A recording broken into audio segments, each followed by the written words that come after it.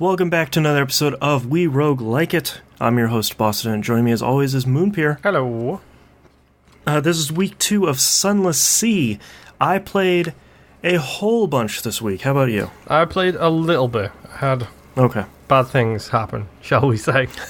Okay. Well, why don't we start with what you have? Because I have, literally a page full of notes that I took on my phone this week. So I was on a decent run. I had 1,500 echoes. I was doing pretty well. And then I can't even remember. Oh, I remember what happened. I smuggled a case of human souls. Okay. For the guy with the knife in Fallen London. Right. And then I went back and he was like, okay, here's 1,500 echoes. Mm-hmm. Oh, sorry, here's 1,000 echoes. Go to this place, buy this thing, and then come back. And then I realised I'd left Fallen London without any fuel or supplies or anything that could really help. Right. And I figured that I had to go into somewhere else. So then I went back to Fallen London again. Was then promptly ambushed by him. Yep. Had to do a combat check. Yep. Failed miserably. Me too. Lost 7 crew members and died. That's exactly how mine went, because he gave me all that stuff, and he very clearly says, don't come back until you have this item. And I was like, yeah, okay, yep. Buddy, you're talking a tough game. So I go out maybe about halfway through the map, and I'm in the same position where I'm like, I have 5 fuel, 2 supplies. I need to just beeline it straight for Fallen London. I should have more than enough to get there. And then I dock, and he's like, hey man, you don't have my stuff. Mm-hmm. I'm going to stab you. It's like, wait, no, hold on. He actually says to you, give me the payment plus the interest, which works out as 1,500 echoes. Oh, okay. Or I'm going to give you a stabby stab to the McFacey face. Right. And I failed the check, and it was like, well, you died, and your entire crew died. Mm-hmm. And I was like, well, cool, that was a good run I was on. Thank you so much. Yep, I was on a pretty good run too. And then that happened. Yeah. And I started another run this morning, which, because I was clever, and I increased my townhouse thing, so I'm no longer staying at the inn, I'm at the townhouse. Right. I bought myself a will. Yes, yeah. So it kept my townhouse for my second run.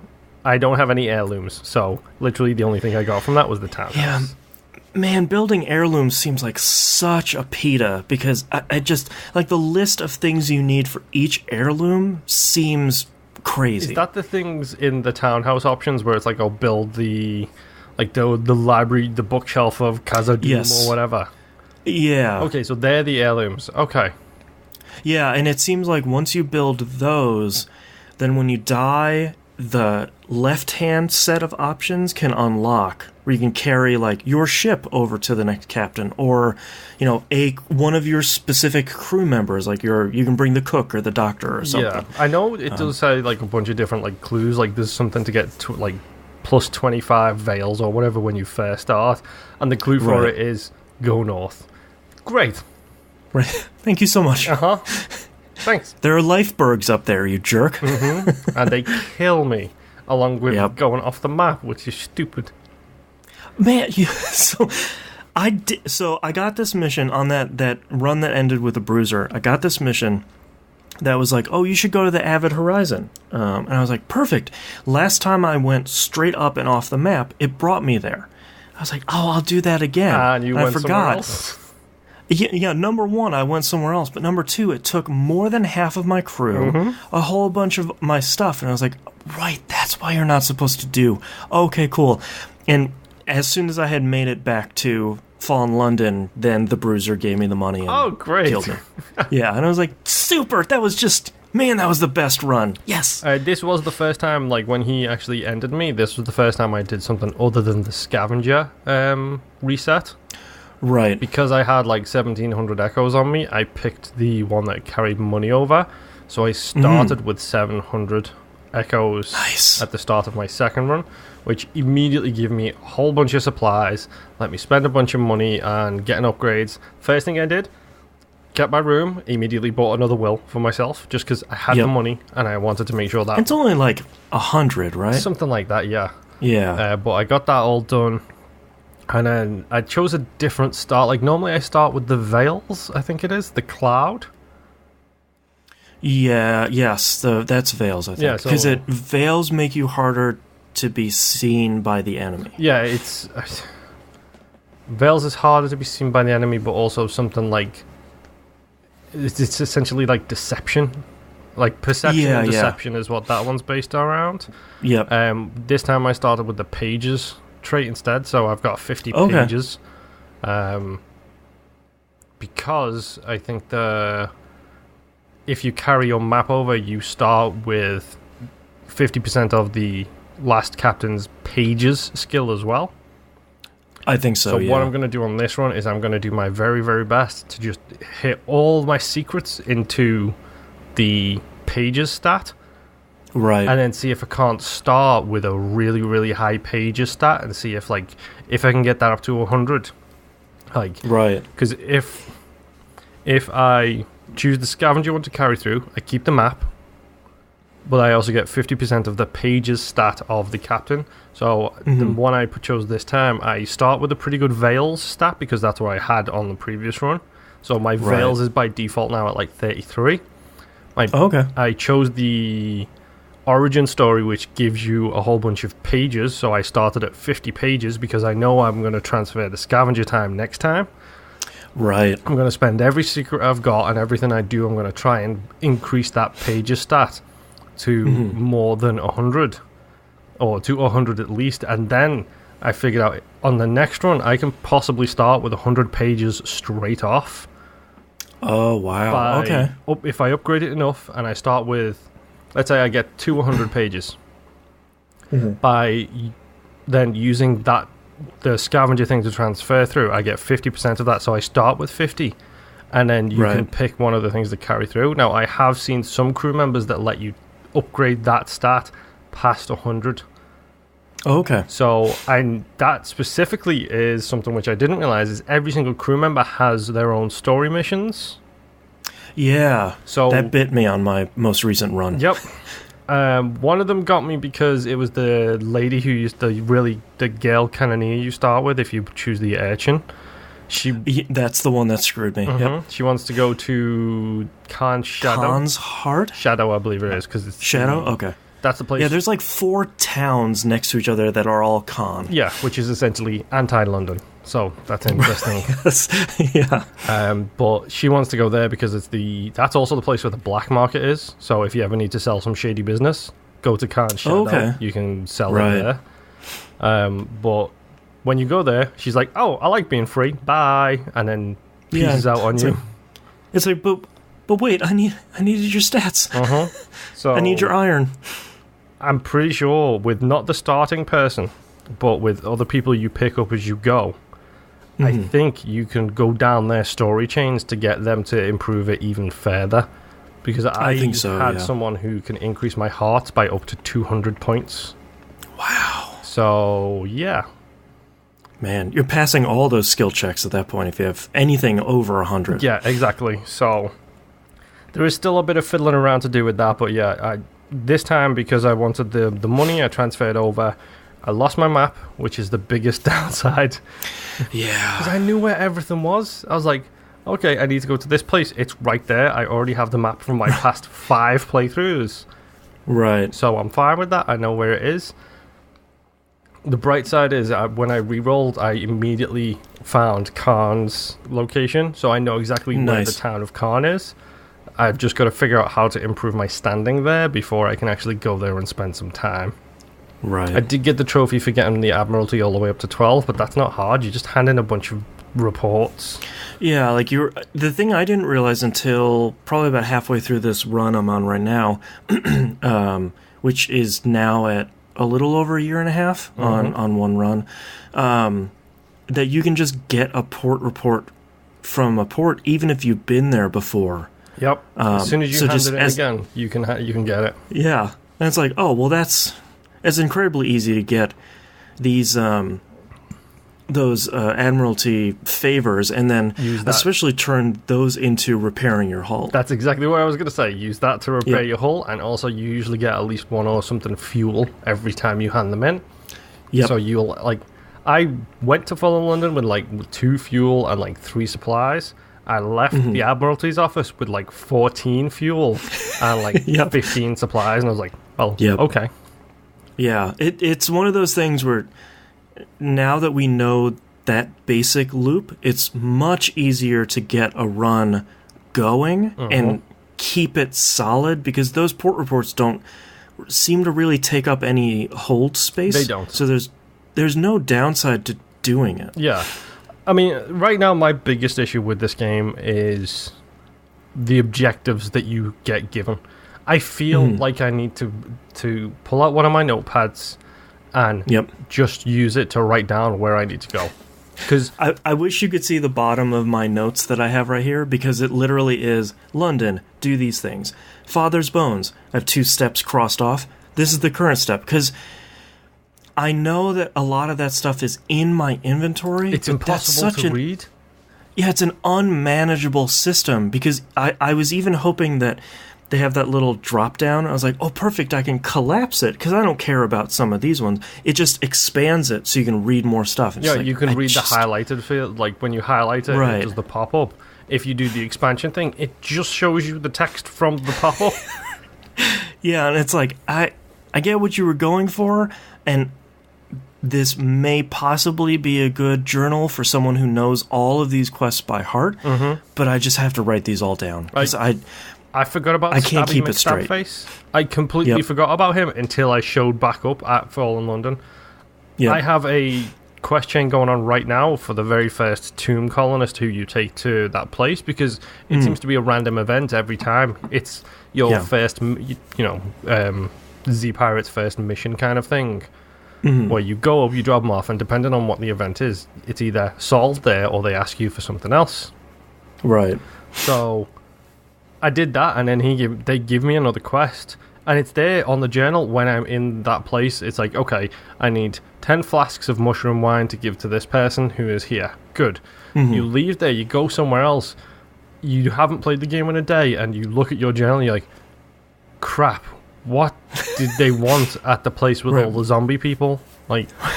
Or even worse, you're like, I see mushroom wine, and I need X number of those to bring to someone somewhere. What was I doing? It feels like you very much need to be just head focused into this.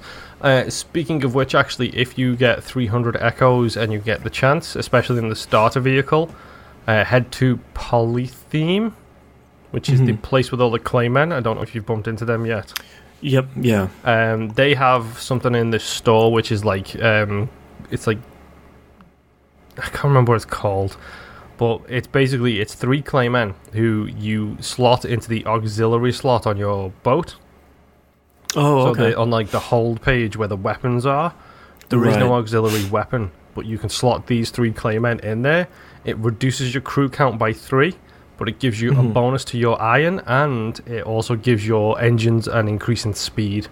So you move it's only a little bit quicker, but in a game this, as we so eloquently phrase it, in a game this deliberate, it's a noticeable increase in speed.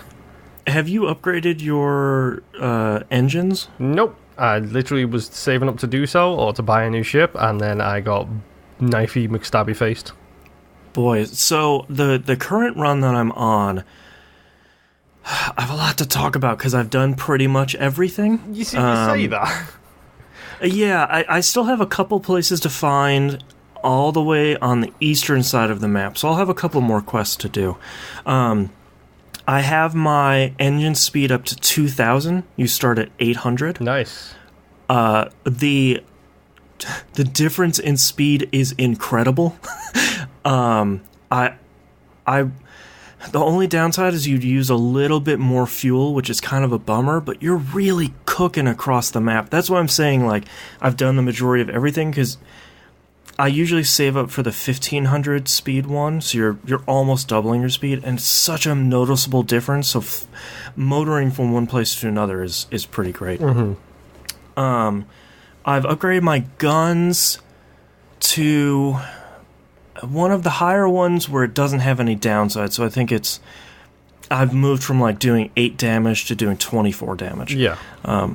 one of my big problems with this game, and I made sure to bold in my notes my problem with this game that I finally solved. This isn't it, but one of my big problems with this game, I really wish that there was a reason for you to fight stuff. Yeah.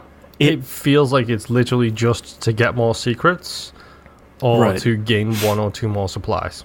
That's it. Yeah.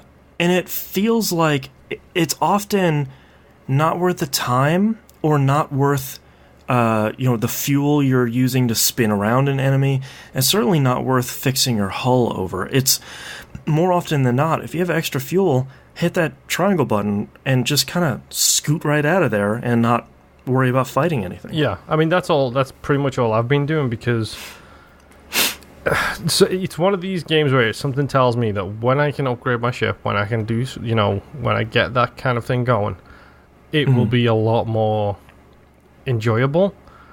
Yeah. But right now, like, I don't even know how much the upgraded engines are. Like, how much am I looking at to try and actually get them things done? I think the one to go up to 1,500 is only 2,000 echoes. That's not too bad. I might be swelling around that right now, but yeah, it's really weird, because it's one of those things where it's like, I can see where it might be going, and like, I kind of jokingly scoffed at you saying that you feel like you've done everything, because the problem with this is one of the reasons why we're talking about like needing more details and stuff, is you'll talk to someone in a port and they'll say, oh yeah, I need 7 of this. Right. You don't know where to get it from. You don't know, who carries it. You don't know if it's a drop from enemies. You don't know what, exactly how to locate this collect 7 bonkers stuff, like the pyramidal cloth or something like that is one that I've seen on this run. Yeah, the one I have on my run is I need to get 7 zoops, and I have no idea where to get them. I'll find them eventually, but... Mm-hmm. But then it's like you've got to go through every store. It doesn't even tell you an area. You've got to check every single thing. Is it possibly you need to do a trade route to be able to get that as a reward item for doing something? Do I need to kill crabs, and I get it from crabs? I don't really know. Yeah, or is it a case of it's a reward from dissecting animals, or is it a reward from... Yeah. It's obfuscated in such a difficult way to navigate, because I don't want to sit there and take notes right now. Like, I don't want to have to need my pad next to me. I already have this pad next to me, so I can write my show notes and stuff on there. I don't want another pad to write on, and my phone is already occupied because I play my mobile games.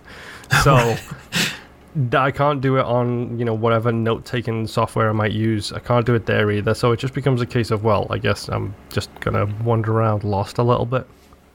And you don't want to live in the wiki either, because I'm sure I could wiki, like, where do I get zoops from? And it'll say, oh, go to here, and I can go do it. But that sort of feels not in the spirit of the game, which I'm sure I have looked at the wiki for one quest that I was on, because it had a time limit, and I didn't want to screw it up. And spoiler alert, I screwed it up. Yep. That was the... This is really interesting. When you go to...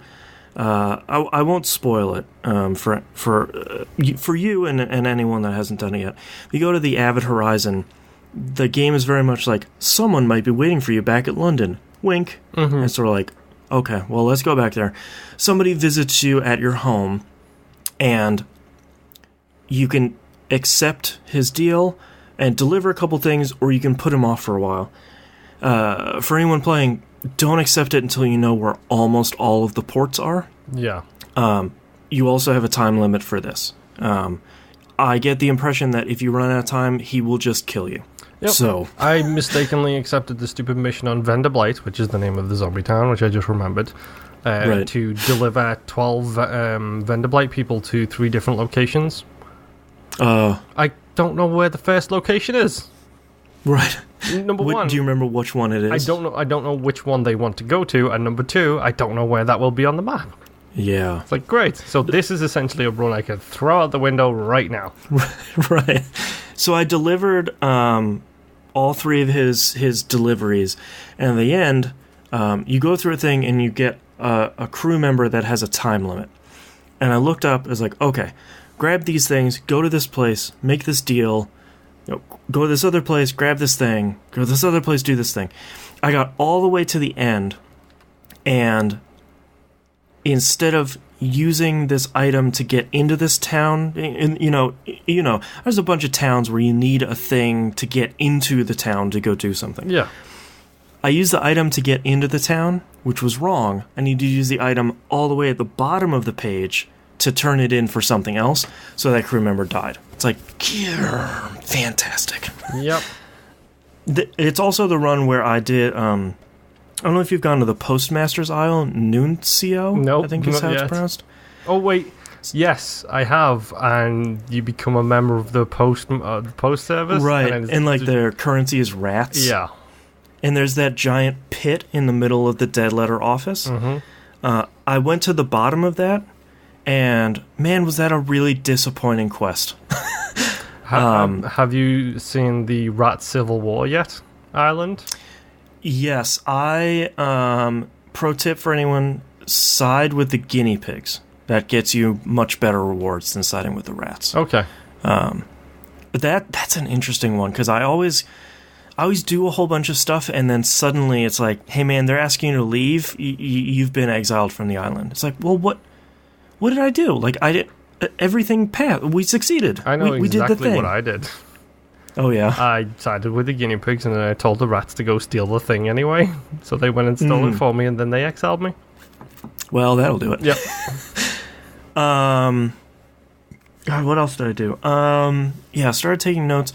Oh, I did the submarine quest. Yeah, that's something I need to look into. Because actually, it's something I want to do, because it seems like every port I'm at now, oh, there's the little submarine thing.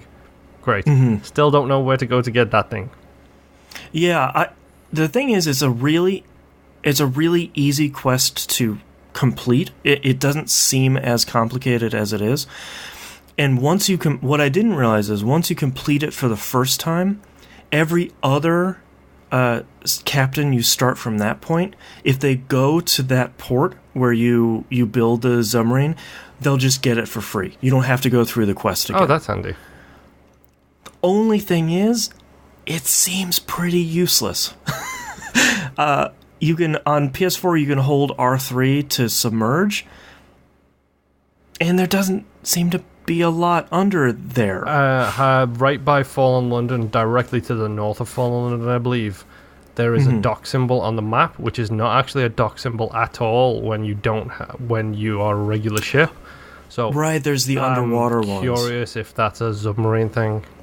Yeah, I'll have to look for more of those. I've run across, I think, maybe 3 or 4 of those. A lot of them are, your Z-Bat says, there's something underwater to the north. It's like, all right, let's submerge, turn the sonar on, and it finds it, and it's like 1 supply. It's like, great. Okay, cool, thanks. Like, you just had to go through a loading screen to get 1 supply. That's not super worth it. So I'm hoping to find some of those underwater docks. I totally forgot about those. But I think the thing that I'm worried about with this run is I've been spending, I think I'm like 7 hours into this run over the last week. I'm playing, like an hour a day. Mm-hmm. I sort of don't want it to end, because I can go back to Fallen London right now and just retire. Yeah. And just start another one. You think it will kill your desire to keep playing? Yeah, like I'm sort of worried that I'm going to have to start back over with like no crew members and no upgrades, and I'll carry over the map for sure, because I think I'm only missing 2 or 3 ports. But I'm really worried that it's like going through a Binding of Isaac run where you're just unstoppable by the end, and then you start another one and you're like, oh well, this isn't. Yeah, it's not good at all. See, I'm curious, like if for the pair of us something, because I think for the Perils, this is one of those games that the restart mechanic is not strong enough to make us want to keep playing right now. Because we feel very punished by the whole run mechanic. Like, Isaac is one of those things where you fulfill things, you unlock them, they appear on future runs. And that's an exciting thing, is that those things appear on future runs. Stuff like Flint Hook or everything else is like you've unlocked new classes to do your new runs with. Yeah. Honestly, I think that the thing that we probably should do, and I'm not saying I'm going to do it right now, but I think the thing that we need to do is we need to look at the wiki specifically for the things that let you carry stuff over to the next run, just to get those check marks done. Yeah. Because I think that is the thing that's going to kill us, is one bad run, one big mistake. Like when that stupid knifey guy got me, I almost turned it off and walked away. Yeah, like that. I ended that run. I was just like, "Are you kidding? I'm dead." Mm-hmm. Like I was in the middle of stuff. Mm-hmm. And I struggled with the run after that, and I thought, okay, no, I can do this. It's fine. It's slow going. I'm playing my mobile games. I'm fine. Yeah. But that almost, excuse the pun, that almost took the steam out of my engine, kind of thing. Where it just That's one of those where I get a text from you late at night where you're like, "Hey man, can we just do 2 weeks of this?" Well, honestly, I think that might be the thing for us, because I think one good run followed by a bad death, and both of us are likely, especially go listen to our Massive Chalice Game Club episode. I think if we get one good run and a bad death, I think both of us are very likely to be like, F this, we're out. Yeah, just throw up our hands. Yeah, that leads me into the thing that I figured out with this game. And I think at the end of it, it's still a game I enjoy more than I dislike it. Like, there's so much about it that I just... half of the stuff we've talked about this week, like the necessity of there not being a quest tab. Like, what quests am I on right now? That sort of stuff, which I'm hoping will be fixed in Sunless Skies, which will come up in the backlog at some point in the future. There's so much stuff in the game that is such a pain and is fighting against me. But when the game is going really great, I'm having a really great time, and long runs are really fun. Mm-hmm. I mean, that's the thing, is like when you end up starting a new run, you see the same stories time and time again, because like, okay, this is Hunter's Isle, this is where the three sisters live. Right, I'm going to talk to the eldest sister. Yeah, this is blah blah blah. This is the place where the tomb colonists live. This is the salt lions. It's like, I've seen all this before. I want to get to new stuff, and it's so slow to get to new stuff that I mean, like you said, everything else is really, really good. I love the world building. I love the the journal, stuff like that. It just feels like your objectives specifically are obfuscated in such a way that makes it difficult to do. Yeah, and I think what I wrote down for me distilling my problems down with this game is one of my personal favorite things about roguelikes, and we saw this time and time again with Isaac, but I'll especially make note of it for Hand of Fate, is there's a magic in a roguelike of having an amazing run or a terrible run. Mm-hmm. That's where you get the great stories. You know, like where you were finding that great helmet in Hand of Fate, and you're like, great, this is starting to break this game open in a really positive way. Like, my chaos with the ring, and it's just like, oops, I broke the game. I can't die in combat anymore. Right, like your progression is educating you about the systems of the game and how to manipulate them to your favor, because that's what you need to do in a roguelike, is you need to break the game in your favor, because if not, it's just going to keep pushing you down. Mm-hmm. I think what you were just talking about is especially salient in this point, is that run to run in Sunless Sea, they're nearly identical. Yep. And I think for a roguelike, that to me is a really big problem, because especially compared with this game de-emphasizing combat so much. I mean, that's the thing, it doesn't even de-emphasize it, it's just there's no use in doing it right now. There's no benefit. Mm-hmm. Especially when we were talking about Lifebergs. There's no sense in fighting a Lifeberg. You're not, if you win, you're going to be so defeated, your hull is going to be so banged up, and I'm not even sure if I'll get anything out of it, because I'm not getting anything great out of fighting ships that have 5 crew on them. So why fight something that has 400 health and I'm doing 20? And I think that combining those, a de-emphasis of combat, which is fine, but with having each run being the same, you're, like you said, you're always going to find the salt lines. You're always Vendor Blight is going to be in the same spot, and the Codex and whatever the other one, Wither is going to be right above that. There's the left hand side of the map is mostly the same. The edges are mostly the same on every run.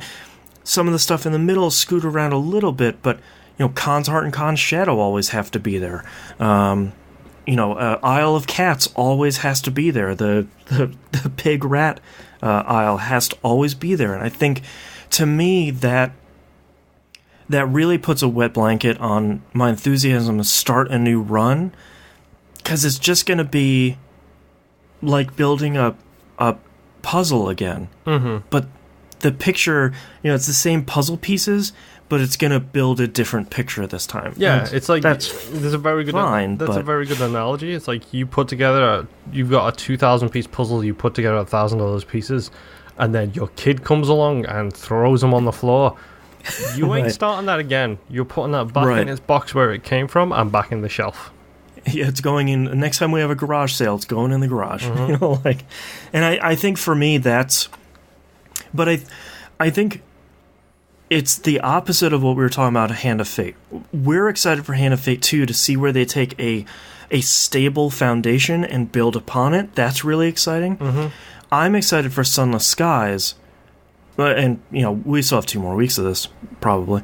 But Sunless Skies, I'm excited to see where they take the world building and the fantastic writing and the wonderful music and the great graphics, and how they can make the quest system and the gameplay loop more interesting and more exciting. Because if they can get both sides of that right, then that's a guaranteed winner. Yeah, I mean, this is news to me. Sunless Skies, is that the sequel to this? Yeah. Mm-hmm. Okay. So late Elf in the community actually let me know. I didn't realize this. There's actually a prequel to Sunless Sea called Fallen London. Yep. It's a browser game that's mostly text based. You can get rewarded in Sunless Seas for having played Fallen London. Oh, interesting. I didn't know that. Okay. So I haven't started Fallen London, but now that I know that, I might spend an hour or 2 playing it. But yeah, Sunless Skies is their sequel to it, and it sounds like from the little bit I've seen, I don't want to spoil myself on it too much before we start playing. Seems like they learned a whole ton of lessons making Sunless Sea. They're like, okay, here's all the things that were broken.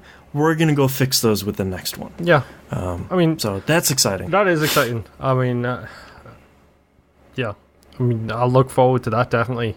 And right now, again, this is a very middle of the road game for me right now, where I enjoy it to a point, but then at some point it's just like it doesn't have smooth edges, it doesn't have rough edges. Right. Like Isaac has a lot of rough edges, but the rough edges are what make that charming. They're what make that so stupidly fun to play sometimes.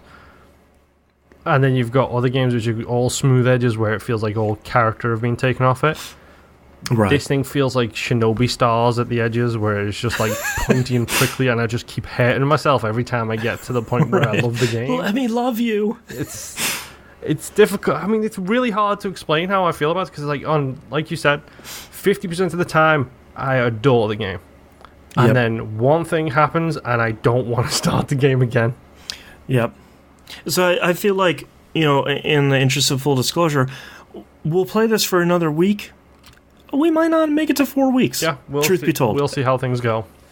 Yeah, I feel like we're, part of We Roguelike It is sort of making sure we don't, sort of beat the crap out of ourselves with the game. Like, if we go another week and Moon and I have our pre-show meeting, and we're just sort of like, yeah, man, we're calling it on this one. 3 weeks might have it. There might be some games where we got a week through, and we're like, nope, that was a 2-hour game. Yeah. All right. Let's pick our next one. Like that. That's going to sort of be the nature of the beast. But we'll do one more week, and on the programming side, we're heading into our game of the year and our vacation time. So we're trying to get everything organized with that for this show. And as soon as we have all that done, we'll make an announcement on the show. But I think that's it for Sunless Sea Week 2. That's it for 35 minutes. Yep. But thank you so much, everyone, for listening, and we'll see you next week. Bye.